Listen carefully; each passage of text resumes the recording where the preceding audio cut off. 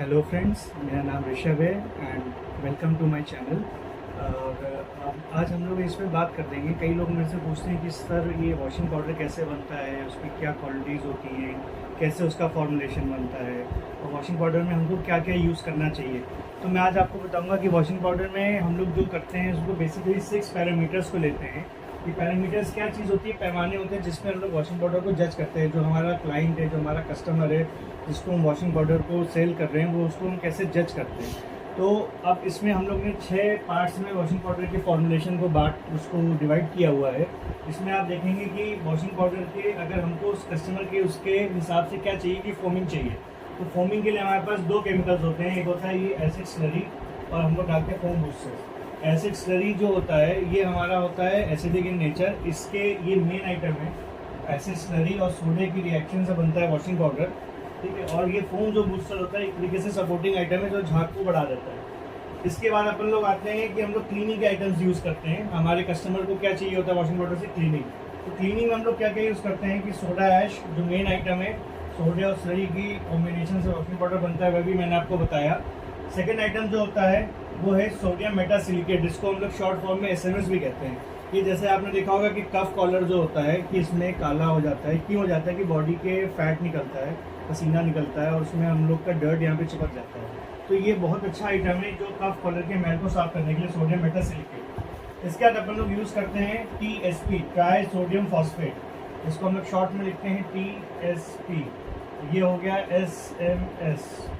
ठीक है। TSP का क्या काम है कि ये जो रेशो में मैल चला जाता है, जो आसानी से नहीं निकलता है, रेशो को सॉफ्ट कर देता है कपड़े के और उसके अंदर से मैल को खींच लेता है।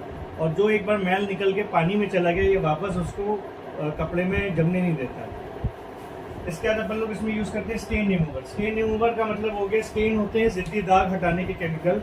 स्टेन का क्या मतलब है कि जो वाले दाग होते हैं जो ग्रीस के होते हैं, जिद्दी होते हैं, इंक के होते हैं, फ्रूट्स के होते हैं, जो आसानी से साफ नहीं होते हैं, तो अपन लोग इसमें स्टेन रिमूवर यूज़ करते हैं। इसमें देखिए तीसरा आइटम हम लोग यूज़ कर रहे हैं कास्टिक सोडा।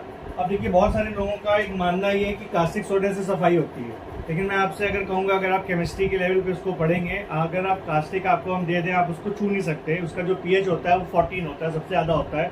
और अगर कास्टिक से अगर आप सफाई करोगे तो आपका कपड़ा कट जाएगा। तो कास्टिक क्या करता है? बेसिकली ये एज आ कैटलिस्ट यूज़ करता है। इसको हम लोग वॉशिंग पाउडर में थोड़ा सा 2 से 3% डालते हैं 100 kg के बैच में। इसलिए डालते हैं कि ये क्या करता है, सफाई की स्पीड अप कर देता है। सफाई तो ये सारे आइटम कर रहे हैं ऊपर से, लेकिन ये क्या करता है कि ये सफाई की प्रक्रिया को थोड़ी फास्ट बना देता है। इसके बाद बहुत इंपॉर्टेंट रोल है वाटर सॉफ्टनिंग का। वाटर सॉफ्टनिंग का क्या मतलब है कि पानी के खारेपन को कम करने के केमिकल्स। पानी का खारापन क्या होता है? पानी का खारापन का मतलब हो गया कि जो हम लोग पानी लेते हैं, जिससे हम लोग कपड़ा धोते हैं, या तो वो देखिए वो होता है आपका बोरिंग का पानी होता है, या जो होता है जो सप्लाई वाटर आता है नगर निगम से, उसका होता है पानी। तो उसमें क्या होता है कि इम्प्योरिटीज़ होती हैं, नेचुरली होती हैं वो। उससे हम लोग का क्या होता है कि जैसे हम लोग कैसे क्लीनिंग के केमिकल्स को डाल लें और फोमिंग के केमिकल्स डाल लें, लेकिन क्या होता है कि वाटर सॉफ्टनिंग के केमिकल्स ना होने की वजह से कई पाउडर में शिकायत आती है कि झाग तो बन रहा है लेकिन झाग जल्दी मर जा रहा है, या झाग कहीं एरिया में बनी नहीं रहा है, जहाँ का पानी बहुत ज़्यादा खारा है वहाँ पे झाग नहीं बनता है। तो इसकी समस्या को दूर करने के लिए हमने 2 आइटम यूज़ किए हैं इसमें वाटर सॉफ्टनिंग में। एक किया है पॉलीमर, दूसरा किया है जियोलाइट। तो पॉलीमर का क्या रोल होता है कि ये झाग के बबल्स को बड़े कर देता है और जो इम्प्योरिटीज़ होती है उसको नीचे बैठा देता है। अगर इम्प्योरिटीज़ बैठ जाएंगी तो अगर बबल्स उसके बड़े बनेंगे तो झाग देर तक टिकेगी। दूसरा आइटम है जियोलाइट। ये क्या करता है कि जो इम्प्योरिटीज़ क्रिएट करती हैं केमिकल्स, जो पानी में घुले होते हैं, उनको पानी से साफ कर देता है। ये दोनों बहुत अच्छे वाटर सॉफ्टनिंग केमिकल्स हैं। इनको हमको अपने हर फॉर्मुलेशन में यूज़ करना चाहिए। अब इसके बाद अपन लोग डालते हैं फिलर्स। फिलर्स का मतलब होता है कि वो आइटम जो कॉस्टिंग को घटाते हैं और वजन को बढ़ाते हैं, जिससे क्या होता है कि हम अपनी कॉस्टिंग वॉशिंग पाउडर की रेगुलेट कर सकते हैं। तो इसमें हम लोग 2 आइटम डालते हैं, डोलामाइट और सॉल्ट। और सोडियम सल्फेट भी कई लोग लेते हैं, क्योंकि ये एक अच्छे किस्म के वॉशिंग पाउडर में डाला जाता है। अगर बहुत सस्ता वॉशिंग पाउडर बनाया जा रहा है तो उसमें कम मात्रा में यूज़ किया जाता है, कि बहुत अच्छा बनाया जाता है, तो उसमें हम लोग डाल सकते हैं। और भी कुछ इसके अलावा भी केमिकल्स हैं मार्केट में जो अपन लोग यूज़ कर सकते हैं। इसके बाद अपन लोग यूज़ करते हैं ब्राइटनिंग एजेंट्स। ब्राइटनिंग एजेंट्स का मतलब होता है कि कपड़े में चमक लाने के केमिकल। अब इसमें हम लोग या तो एक केमिकल का नाम है CBSX, ये यूज़ करते हैं, या अगर कुछ सस्ता पाउडर बनाया जा रहा है तो वहाँ पे हम लोग टीनोकॉल करके एक आइटम आता है, इसी कंपनी का होता है, उसको भी यूज़ कर सकते हैं। इसके बाद हम लोग अब देखिए पाउडर बन गया यहाँ से यहाँ तक। अब इसमें क्या है कि हमको जो पाउडर बना है वो देखने में खूबसूरत होना चाहिए, तो उसमें हम लोग सिलिका डालते हैं। सिलिका होती है पाउडर को सुखाने के लिए, ड्राई रखने के लिए। कई बार होता है कि पाउडर जब बनता है बहुत गीला हो जाता है, पैकेट में जम जाता है और देखने में भी अच्छा नहीं लगता, तो सिलिका यूज़ की जाती है।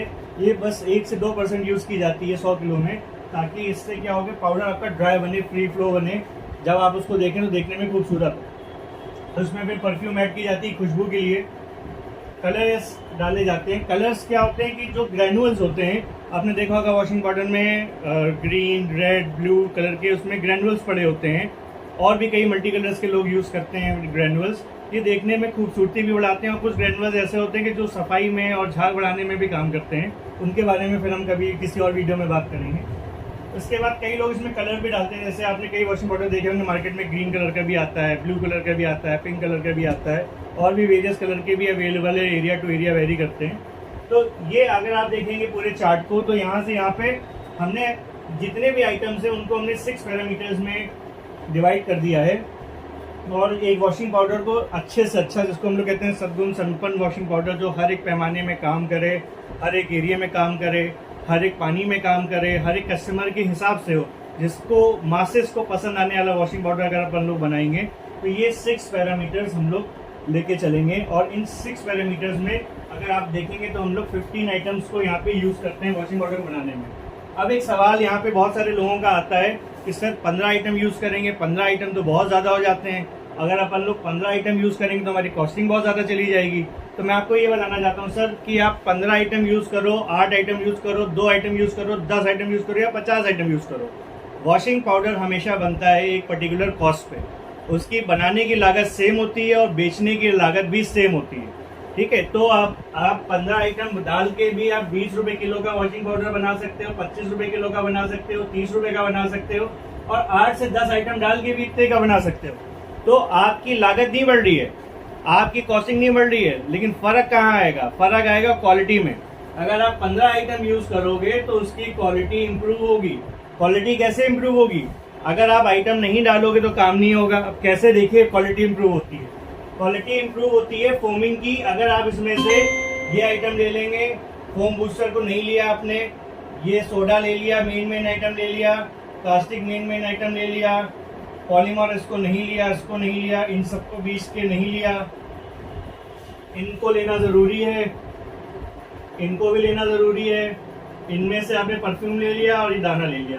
अब देखेंगे, आप गिनेंगे 1 2 3 4 5 6 7 8 आइटम लेके आप वॉशिंग पाउडर तो बना लेंगे, लेकिन आपके पास क्या क्या कमी रह जाएगी? अब आप कमियां देखिएगा। झाग बनेगा, फोमिंग होगी, लेकिन बूस्टर नहीं डाला है तो बड़ा हुआ झाग नहीं बनेगा। एक क्लीनिंग होगी। देखिए कपड़ा एक तरीके का नहीं होता है, कपड़ा होता है बहुत वैरायटी का। 10 तरीके के कपड़े मार्केट में अवेलेबल है, और जो दाग होते हैं वो भी 10 तरीके के अलग अलग दाग होते हैं। तो सिर्फ सोडा और कास्टिक हर एक दाग को साफ नहीं कर सकता। कप कलर के दाग को साफ करना है, उसके लिए आपको सोडियम मेटासिक्लेट यूज करना पड़ेगा। जिद्दी दाग साफ करना है तो स्टेन रिमूवर आपको यूज करना पड़ेगा। उसके बाद ऐसे दाग जो कपड़े से एक बार निकल के बाल्टी में चले जाते हैं, वापस कपड़े में ना जमे, तो आपको टीएसपी यूज करना पड़ेगा। टीएसपी आपकी चिकनाहट को भी बढ़ाता है, बहुत अच्छा आइटम है। कई लोगों की शिकायत होती है कि चिकनाहट नहीं आ रही पाउडर में, अगर आप टीएसपी बढ़ाएंगे तो चिकनाहट भी आएगी। उसके बाद वाटर सॉफ्टनिंग के लिए ये बहुत जरूरी आइटम है। ये आप यूज नहीं करोगे तो जिस एरिया का पानी बहुत ज्यादा खारा होगा, आपका पाउडर वहाँ काम नहीं करेगा, चाहे आप कैसे भी उसको यूज कर लीजिए। उसके बाद ये तो जरूरी है, ये चमक लाने का केमिकल है। अगर ये आप नहीं डालोगे कपड़े में शाइन नहीं आएगी, चमक नहीं आएगी। और आखिरी में अगर आप दाना, ये सब तो आपको यूज करना ही है। तो देखिए बात सारी मुद्दे की यही आ रही है कि सारे लोगों में अलग अलग कंसेप्शन है कि भैया 8 आइटम डाल दें, 10 आइटम डाल दें, हम ज़्यादा आइटम क्यों डालें?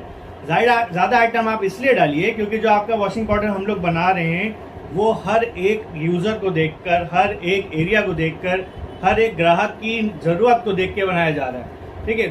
सारे बड़े ब्रांड इस पर रिसर्च करते हैं। बड़े बड़े ब्रांड जैसे घड़ी हो गया, व्हील हो गया, सब ने इस पर रिसर्च की हुई है। और भी बड़े बड़े ब्रांड्स हैं जैसे टाइड हो गया, सर्फ एक्सेल हो गया, सब इसमें रिसर्च करते हैं। तो रिसर्च करने के बाद ये हर चीज़ इन 6 पैरामीटर्स में ही आती है। अगर इसके बाद भी आप बोलोगे भैया इसमें आपने CMC यूज़ नहीं किया, और भी बहुत सारे ऐसे आइटम हैं आप जिनका भी नाम लोगे, ये 6 पैरामीटर से बाहर कहीं कुछ भी नहीं है। ये सब कुछ इसी में आता है। अगर आप कोई भी केमिकल दुनिया जान का ले आइए, और आप इसको देखेंगे तो ये जो पैरामीटर्स मैंने आपको 6 लिखे हैं, 1 2 3 4 5 6, ये सारे उसी कैटेगरी में फॉल करेंगे। तो देखिए कि ये बिल्कुल बेसिक सी चीज़ें हैं वॉशिंग पाउडर को बनाने की, और वॉशिंग पाउडर के निर्माण के लिए आपको क्या क्या यूज़ करना चाहिए, अच्छा इंग्रेडिएंट अच्छे वॉशिंग पाउडर के लिए। तो इसका मैंने आपको एक डिटेल वीडियो बनाया है। इसके बाद अगर आपको इसके अलावा कोई जानकारी चाहिए तो डिस्क्रिप्शन में मेरा नंबर है, आप उसको कॉल कर सकते हैं। मेरे चैनल को सब्सक्राइब कीजिए, आपको और भी वीडियोस शुरुआत में आप देखेंगे, इसमें बहुत सारे मैंने चैनल पे अपलोड किए, वो भी आप देखेंगे, आपका फ़ायदा होगा। और नए वीडियोस में आगे जो लेके आऊँगा उनसे भी आपका फ़ायदा होगा। तो हमसे आप जुड़ेंगे तो आपका हम लोग काफ़ी चीज़ें ऐसी होंगी जो आपको इस फील्ड के रिलेटेड आपको हमसे मिलेंगी। और आपको अगर कोई केमिकल रिलेटेड जानकारी चाहिए, कोई वॉशिंग पाउडर बनाने का फॉर्मुलेशन चाहिए, कौन सा कितने मात्रा में पड़ेगा, अभी मैंने इस वीडियो में नहीं बताया है, अगर आपको वो पर्सनली चाहते हैं तो आप हमको कॉल कर सकते हैं या व्हाट्सएप पे आप हमसे कनेक्ट हो सकते हैं, तो मैं आपको उसकी भी जानकारी दूंगा। बस एक छोटा सा वीडियो मैंने आपको यही बताने के लिए बताया था कि एक बार आप सब चीज़ों से जान लें। अगर इस बिज़नेस को स्टार्ट करना चाहते हैं तो ये बिज़नेस बहुत अच्छा है, क्योंकि इसकी जो मार्केट है वो ग्रोइंग मार्केट है। जैसे पॉपुलेशन बढ़ेगी वैसे डिटर्जेंट पाउडर का बिज़नेस भी बढ़ेगा। तो आप इस बिज़नेस को कर सकते हैं। डेली नीड का आइटम है, ये हर एक घर की रिक्वायरमेंट है, आपके घर में भी चाहिए वॉशिंग पाउडर, तो ये अच्छा एक आइटम है यूज़ करने के लिए। और बाकी आपको कोई भी क्वेरी हो तो आप मेरे को कमेंट में आप लिख सकते हैं, मैं आपका जवाब दूंगा। Thank you friends, thank you for watching this video. Have a nice day. हम लोग फिर मिलेंगे एक नेक्स्ट वीडियो में। Thank you.